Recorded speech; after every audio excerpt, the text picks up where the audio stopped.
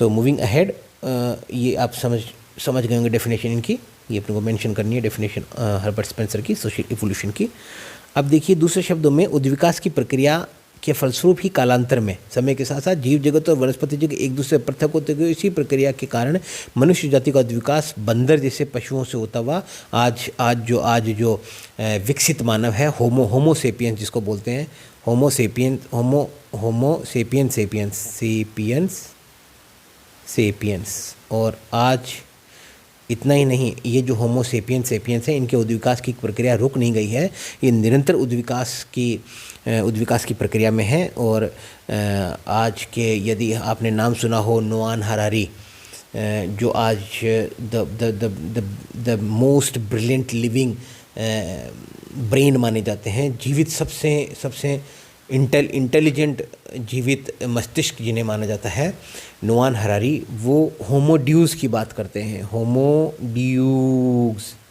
होमोड्यूस ये एक स्पेसीज़ है ह्यूमन बींग्स की, जिसमें बहुत सी कैपेबिलिटीज़ होंगी, जैसे ये बीमार नहीं पड़ेंगे, ये अपने एनवायरनमेंट के प्रति बहुत गज़ब की एडेप्टेबिलिटी होगी इनमें, इनका जो लेवल ऑफ इंटेलेक्चुअलिटी है, या इनके जो टेक्नोलॉजिकल एडोप्टेशन है वो काफ़ी सुपर्ब होगा, और एक तरह से भगवान की तरह हो जाएगा मानव, अपने एनवायरनमेंट को कंडीशन करने में, अपने एनवायरनमेंट को डायरेक्ट करने में इसकी जो योग्यता है वो आज के होमोसेपियन मानव से बहुत ही ज़्यादा उच्च होगी, अधिक होगी with the use of technology. तो होमोड्यूस की तरफ हम इवोल्व हो रहे हैं। ये लंबी बात है, कभी और कोई बात करेंगे। अब है दूसरा विचार, देखिए सर्वाइवल ऑफ द फिटेस्ट की हम बात कर चुके हैं। स्पेंसर ने प्राकृतिक वर्ण के नियम को मानव समाज पर भी लागू किया और यह निष्कर्ष निकाला। अब उनकी योगदान क्या है, डार्विन की बात हम कर चुके हैं, कैसे कि इवोल्यूशन काम करता है। हर्बर्ट स्पेंसर की ब्यूटी यही थी कि उसने इस एंटायर प्रोसेस ऑफ इवोल्यूशन को सोसाइटी में परिवर्तन या समाज की संरचना और उसका जो वर्किंग है, फंक्शंस हैं, फंक्शनल जो structural and functional nature of human society है, उसको समझाने के लिए इस डार्विन के प्राकृतिक या बायोलॉजिकल जैविकी उद्विकासिक सिद्धांत का प्रयोग किया है। इसीलिए उनके सिद्धांत को हम सामाजिक डार्विनवाद भी कहते हैं। तो छोटा क्वेश्चन ये बन जाता है कि स्पेंसर का सामाजिक डार्विनवाद का सिद्धांत क्या है, या क्यों उसे सामाजिक डार्विनवाद कहा गया है। अस्तित्व के लिए संघर्ष मनुष्य और अन्य जीवित प्राणी के बीच व स्वयं मनुष्य के बीच निरंतर होता रहता है,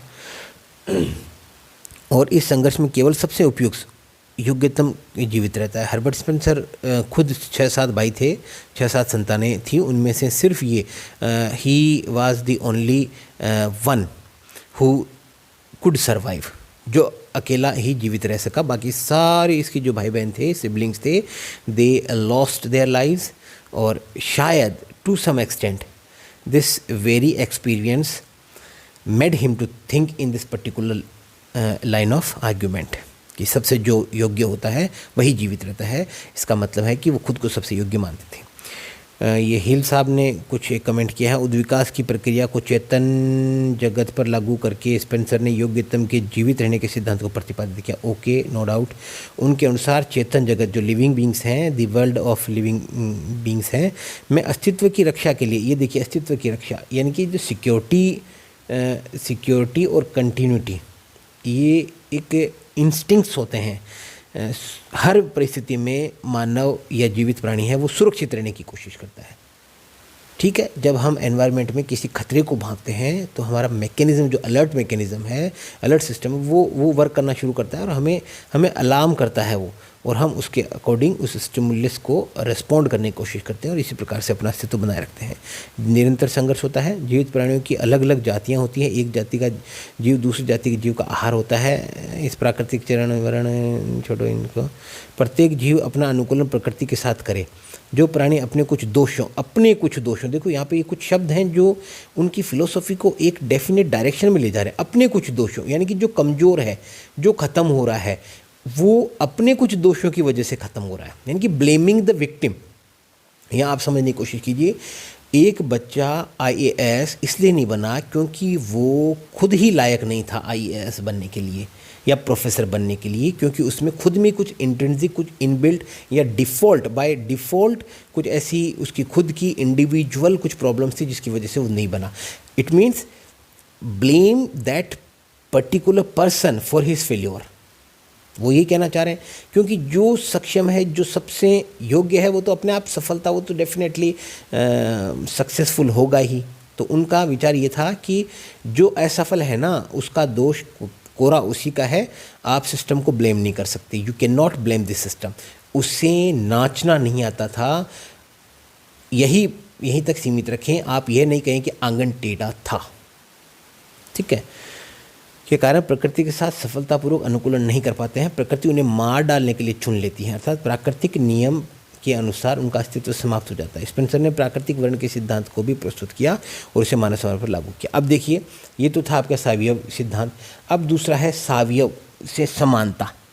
समानता की जब वो बात करते हैं कि जिस प्रकार से एक जीवित सावयव का उद्विकास होता है अलग अलग चरणों में, ठीक उसी प्रकार समाज का भी एक उद्विकास हुआ है, सामाजिक उद्विकास हुआ है, और वह सरल समाज से आज के जटिल औद्योगिक समाज के रूप में विकसित हुआ है, विभिन्न चरणों से गुजरते हुए। तो यहाँ उनका जो सावयवी समानता का जो सिद्धांत है, यह आइडिया है the notion of the organismic analogy, इसको बोलते हैं ऑर्गेनिज्मिक एनालॉजी या एनालॉजी भी बोल देते हैं। तो गो घी बोलो बोले जी बोलो, एनालॉजी बोलो बोले एनालॉजी बोलो, एक ही बात है, अलग अलग वो एक्सेंट की बातें हैं। तो सोसाइटी एज एन ऑर्गेनिज्म, समाज एक सावयव के रूप में, जीवित सावयव, लिविंग बीइंग के रूप में, तभी तो उसका इवोल्यूशन होगा, क्योंकि हर एक लिविंग बीइंग है वो अपने एनवायरनमेंट के साथ एडेप्टेशन करती है, और इसी एडेप्टेशन की प्रक्रिया ही इवोल्यूशन की प्रक्रिया है। स्पेंसर की सर्वाधिक ख्याति उनके द्वारा प्रतिबद्ध समाज की प्राणी सावयवी अवधारणा, इनकी थ्योरी ऑफ ऑर्गेनिज्मिक इवोल्यूशन के कारण है, और यह भी स्पेंसर के प्राणीशास्त्रीय सावयवी उद्विकास सिद्धांत को आपने समाज पर भी लागू किया, निष्कर्ष निकाला कि समाज भी एक सावयव के अर्थ में है, यानी कि एक सावयव के समान है। इन दोनों में अनेक समानताएं, कुछ भिन्नताएं भी हैं। पहले समानताएं ज़्यादा है, भिन्नताएं थोड़ी कम है। स्पेंसर के मतानुसार उद्विकास की प्रक्रिया या नियम समाज पर भी लागू होते हैं, क्योंकि समाज भी एक अनिश्चित, एक इंडेफिनिट असंबद्ध, इनकोहेसिव समानता, यूनिफॉर्मिटी से एक निश्चित डेफिनेट संबद्ध कोहेसिव मल्टीफॉर्मिटी या डाइवर्सिटी की ओर बदलता है, यानी कि सिंपल से कॉम्प्लेक्सिटी की ओर बदलता है, गति करता है निरंतर, धीरे धीरे। अब ये कुछ पॉइंट्स हैं, बुलेट पॉइंट्स हैं, इसमें जो पूरा एक समराइज़ कर दिया उनकी फ़िलोसॉफी को। प्रारंभ में यह अति आदिम युग, यानी कि जो प्रिमिटिव एरा थी, प्रिमिटिव एज थी या प्रिमिटिव सोसाइटी थी, वो अत्यधिक सादी और सरल थी, सिंपल थी, छोटी थी, और साथ ही साथ वो अनसेटल्ड लाइफ जीती थी, यानी कि एक जगह टिक के नहीं रहते थे। वो नोमेडिक बैंड्स की तरह थे, यायावर थे, वो इधर उधर मूवमेंट करते रहते थे खाने सुरक्षा की तलाश में। एक ही परिवार सामाजिक, आर्थिक व राजनीतिक सभी प्रकार के कार्यों को करता था। सभी की आवश्यकताएं समान थी, सभी एक प्रकार की, सुबह से लेकर शाम तक एक ही प्रकार की समस्याओं से, एक ही प्रकार की जीवन पद्धति या कल्चर को एब्जॉर्व करते थे, कल्चर का हिस्सा होते थे। तो कुल मिला के सिमिलरिटी या लाइकनेस वो डोमिनेट करती थी उनके लाइफ को, from through out the day, through out the life. तो सिमिलरिटी यहाँ हावी थी, लाइकनेस यहाँ हावी थी।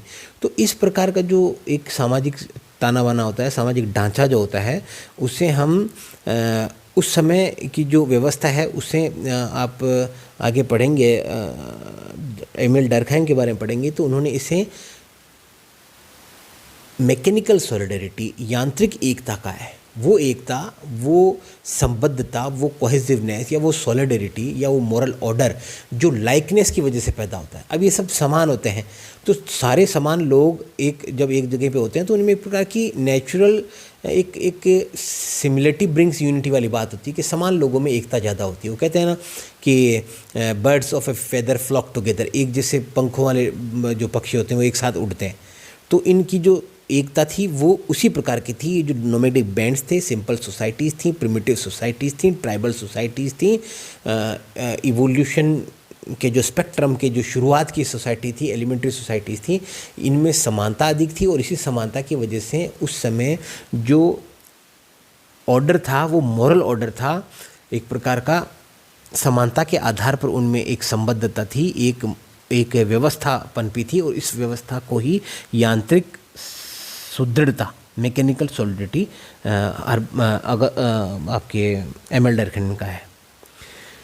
प्रत्येक व्यक्ति केवल अपने परिवार के बारे में जानता व कार्य करता था। किसी व्यक्ति को न कोई निश्चित उद्देश्य था और न कोई विशेष कार्य होता था। डिवीजन ऑफ लेबर नहीं होता था। सुबह शाम तक सब एक जैसा ही काम करते थे। सभी व्यक्तियों का उद्देश्य केवल भोजन, आवास व तन ढकने की जो रोटी, कपड़ा और मकान तक सीमित था। एक दूसरे के प्रति किसी भी प्रकार की सामाजिक भावनाएं नहीं होती थी। इस स्तर पर कुछ निश्चित नहीं था। अनिश्चित अवस्था हो गई ना, न ही मानव और न ही सामाजिक संगठन और न ही संस्कृति। इस प्रकार समाज की अवस्था अनिश्चित और असंबद्ध समानता की थी। समानता डोमिनेट कर रही थी सबका लाइफ, असंबद्धता थी क्योंकि उन्हें एक दूसरे की आवश्यकता नहीं पड़ती थी। जब कुछ मॉरल जब सोशल ऑर्डर को कुछ थ्रेट आती थी तो वो एक साथ आके खड़े हो जाते थे उनको पनिश करने के लिए। जो भी सोसाइटी से डेवियंस शो करता था। और अनिश्चित है क्योंकि निश्चित कुछ भी नहीं था। उस स्थिति में कुछ भी हो सकता था। उनके कोई निश्चित उद्देश्य नहीं होते थे। कल क्या करना है, परसों क्या करना है, they were not sure about anything. परंतु कालांतर में धीरे धीरे with the passage of time मनुष्य के अनुभव, विचार और ज्ञान की उन्नति हुई, यानी कि टेक्नोलॉजिकल उसका जो नॉलेज है वो बढ़ता गया। उसने उसकी और टेक्नोलॉजिकल नॉलेज और ऊर्जा पर उसका जो कंट्रोल था उसने एक उसमें ताकत की भावना पैदा की, एक सेल्फ कॉन्फिडेंस डेवलप किया कि yes, human beings can control their environment. Human beings can control their environment. और समूहवादी सामाजिक बन गया। उनके सामाजिक जीवन के विभिन्न अंग स्पष्ट होने लगे, जैसे परिवार, राज्य, कारखाना, धार्मिक संस्था, श्रमिक संघ, गांव, नगर आदि स्पष्ट रूप से विकसित होते गए। इस विकास के दौरान जैसे जैसे विभिन्न अंग स्पष्ट होते गए उनके कार्य भी अलग अलग बढ़ते गए, यानी कि अंग भी स्पष्ट होते गए, विभेदीकरण भी होता गया और कार्य भी अलग अलग होते गए, फंक्शनल डाइवर्सिटी भी आने लगी। और समाज के विभिन्न अंगों के बीच श्रम विभाजन, डिवीजन ऑफ लेबर, अलग अलग काम अलग अलग लोग करने लगे, अलग अलग अंग करने लगे, समाज के अलग अलग संस्थाएं करने लगी और विशेषीकरण भी पनप गया। और इस श्रम विभाजन की वजह से ही स्पेशलाइजेशन पनप गया। इस प्रकार सामाजिक जीवन में भिन्नता का गुण पनपने लगा। तीसरा पॉइंट है, परंतु इन भिन्नताओं, श्रम विभाजन और विशेषीकरण के होते हुए भी समाज के विभिन्न एक दूसरे से पृथक या पूर्णतः परे नहीं थे, बल्कि उनमें कुछ ना कुछ अंतर संबंधता, अंतर निर्भरता बनी रहती थी। कॉम्प्लिकेशंस आ रहा है, देखो धीरे धीरे। एक कार्य कोई भी एक अंग पूरी तरीके से नहीं कर पाता था। उस कार्य को संपूर्ण रूप से करने के लिए उसे अन्य अंगों पर निश्चित रूप से निर्भर रहना पड़ता था। परिवार राज्य से संबंधित था। अब राज्य जैसे सरकार है, सरकार का चयन या सरकार को चुनता कौन है? परिवार के लोग वोट देकर चुनते हैं। तो राज्य या सरकार का अस्तित्व किस पे हो गया? व्यक्ति या उसके वोट देने की क्षमता पर। और उसी प्रकार से परिवार जो है, राज्य परिवार से संबंधित उस पर निर्भर है। अब परिवार का चलने के लिए कमाई, इनकम के सोर्स होने जरूरी हैं। अब इनकम कैसे की जा सकती है, या क्या क्या रिसोर्सेज हैं अवेलेबल, या क्या क्या मेथड्स हैं, उनको तय कौन करता है? राज्य या सरकार नाम की संस्था तय करती है। तो ये एक दूसरे पर अंतर संबंध हो गए ना, अंतर निर्भर हो गए। ना तो परिवार सरकार बना सकता है और ना सरकार पर परिवार की भूमिका खुद को वोट दे सकती है। समझिए, उस पर निर्भर है। इस प्रकार शिक्षक, किसान, धोबी, कारीगर, इन सब में एक अंतर संबंध, अंतर निर्भरता पाई जाती है। साथ ही सामाजिक जीवन व्यवस्था व संगठन में एक निश्चितता पनप जाती है। इस प्रकार समाज एक निश्चित संबद्ध भिन्नता में बदल जाता है। इस अर्थ में स्पेंसर के अनुसार उद्विकास का नियम समाज पर भी लागू होता है। फोर्थ पॉइंट है, प्राणीशास्त्रीय उद्विकास की बात, सामाजिक उद्विकास की प्रक्रिया कुछ निश्चित सम डेफिनेट स्टेजेस से होकर गुजरती है। अब आगे उद्विकासवादी जो सिद्धांत था या फ्रेमवर्क था, उसमें जैसे जैसे विकास होता गया वैसे वैसे अलग अलग प्रकार के स्ट्रेंड्स इन इवोल्यूशनरी थ्योरी भी डेवलप होने लगी। ये लीनियर इवोल्यूशन की बात की जा रही है। लीनियर इवोल्यूशन वो होता है जिसमें आप उद्विकासीय प्रक्रिया को कुछ निश्चित स्तरों से होकर one by one sequential order में अरेंज जो स्तर हैं उन्हीं से होकर सभी प्रकार के जो यूनिट्स हैं, यूनिट्स अंडर स्टडी या एनालिसिस है, जिनका हम विश्लेषण कर रहे हैं, उन यूनिट्स के बारे में यह माना जाता है कि वे सभी एक समान रूप से इन विभिन्न स्तरों से होकर गुजरी हैं। ए के बाद बी, बी के बाद सी, सी के बाद डी, ये स्तर हैं। ए से सी नहीं होगा, सी से बी नहीं होगा, बी से डी नहीं होगा। तो ये लीनियर इवोल्यूशन है। लेकिन समय के साथ इसकी आलोचना होने लगी, क्रिटिक्स होने लगी। तो क्रिटिक्स ने इनके जो अपोनेंट्स थे उन्होंने इनके जो ऑल्टरनेटिव इवोल्यूशनरी प्रिंसिपल्स हैं, इवोल्यूशनरी पैटर्न्स है, पर्सपेक्टिव्स हैं, उन्हें डेवलप किया। जैसे आप मल्टी लीनियर है, पैराबोलिक है, एक तरह से नियो इवोल्यूशनिज्म है, ये सारे अलग अलग स्टैंड्स हैं। इनके आगे हम सोशल जो एंथ्रोपोलॉजी है उसमें चर्चा करेंगे, जिसके दौरान समाज में सरल रूप से धीरे धीरे जटिल रूप, यानी कि ये बार्टर सिस्टम है अंतर्राष्ट्रीय। हाँ देखिए, जैसे शुरू में बार्टर सिस्टम, अर्थव्यवस्था का जो बार्टर सिस्टम था, कैश और काइंड में लेन देन करते थे, वो आज कितनी जटिल फिनेंस बेस्ड अंतर्राष्ट्रीय व्यापार, ट्रेड एंड कॉमर्स का रूप ले लिया है। पहले लोग सीधे साधे तौर पर पैदल चलते थे, अब तीव्र गति से चलने वाला हवाई जहाज या बुलेट ट्रेन का जमाना आ गया है। ये विकास एक दिन में नहीं बल्कि धीरे धीरे कुछ निश्चित स्तरों से गुजरा है। जैसे सावयव या शरीर का उद्विकास जन्म, बचपन, युवावस्था, प्रौढ़त्व और मृत्यु आदि स्तरों से होकर गुजरता है, उसी प्रकार समाज के विभिन्न पक्षों का उद्विकास कुछ निश्चित स्तरों से होकर गुजरता है। उदाहरणार्थ आर्थिक जीवन का उद्विकास, शिकार की अवस्था, जो हंटिंग एंड फूड गैदरिंग जो स्टेज थी, वहाँ से फिर पेस्टोरल स्टेज की तरफ हम बढ़े। पेस्टोरल स्टेज से हम domestication of animal and domestication of plants, जिसको हम बोलते हैं कृषि, एग्रीकल्चर जो रिवोल्यूशन थी, जिसको फर्स्ट न्यूलिथिक रिवोल्यूशन कहा जाता है, उसके स्तर पर आए। और फिर वहाँ से धीरे धीरे औद्योगिकरण होने लगा और औद्योगिक समाज, और यहाँ से भी आज हम उत्तर औद्योगिक या पोस्ट फोर्डिज्म या उत्तर औद्योगिक समाज की ओर निरंतर बढ़ रहे हैं, उत्तर आधुनिक समाज की ओर धीरे धीरे बढ़ रहे हैं। तो ये धीरे धीरे एक इवोल्यूशनरी पैटर्न है ह्यूमन बींग्स का, ह्यूमन सोसाइटी।